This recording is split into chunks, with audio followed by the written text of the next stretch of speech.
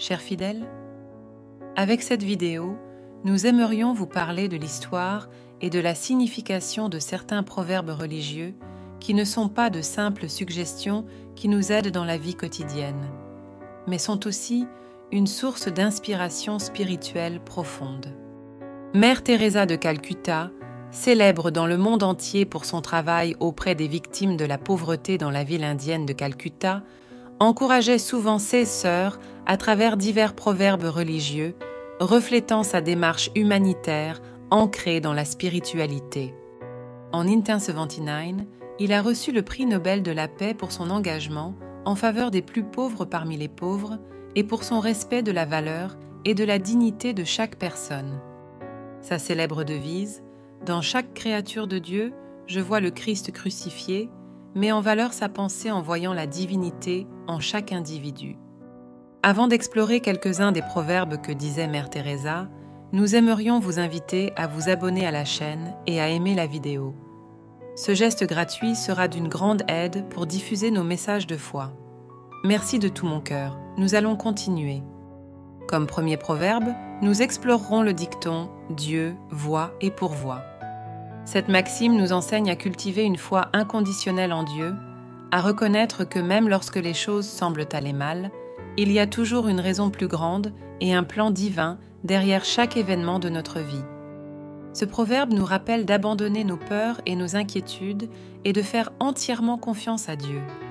Le proverbe « Dieu voit et pourvoit » a de profondes implications spirituelles. Tout d'abord, cela transmet la confiance en l'honnêteté et la justice divine. Les gens qui adoptent ce proverbe croient que même lorsque les circonstances semblent difficiles, tout finira par s'arranger pour le mieux, car Dieu est impliqué dans la vie humaine. De plus, ce dicton appelle à la responsabilité personnelle. Si Dieu voit et pourvoit, alors les actions humaines ne passent pas inaperçues. Cela incite les gens à se comporter de manière éthique et à respecter la moralité et la justice. Le deuxième proverbe est « Aidez-vous, Dieu vous aide ». Ce dicton nous encourage à reconnaître notre responsabilité dans l'élaboration de notre destin. Dieu nous a donné le libre arbitre et la capacité d'agir, et il attend de nous que nous nous engageons activement dans la recherche de la sagesse et de la justice.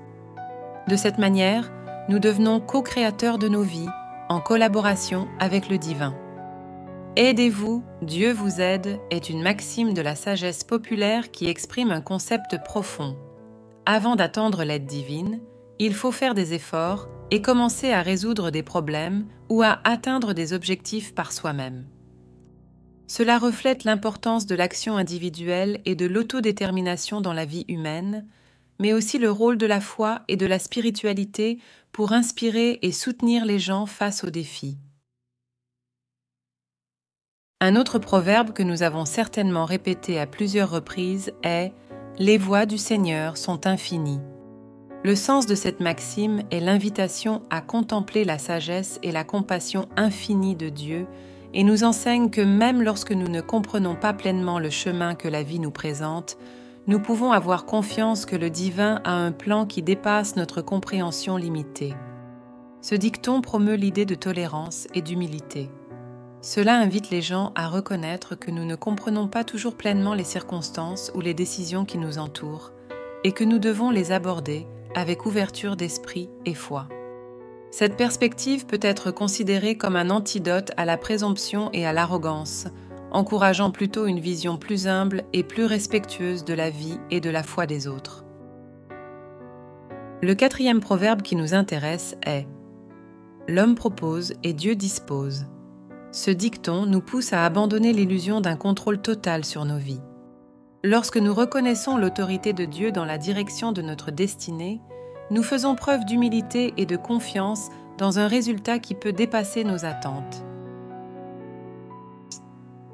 L'homme propose et Dieu dispose est une déclaration profonde et réfléchie qui reflète la relation complexe entre le libre arbitre humain et la volonté divine. Cette expression est profondément ancrée dans la culture populaire et la philosophie religieuse de nombreuses sociétés et possède une histoire riche et fascinante.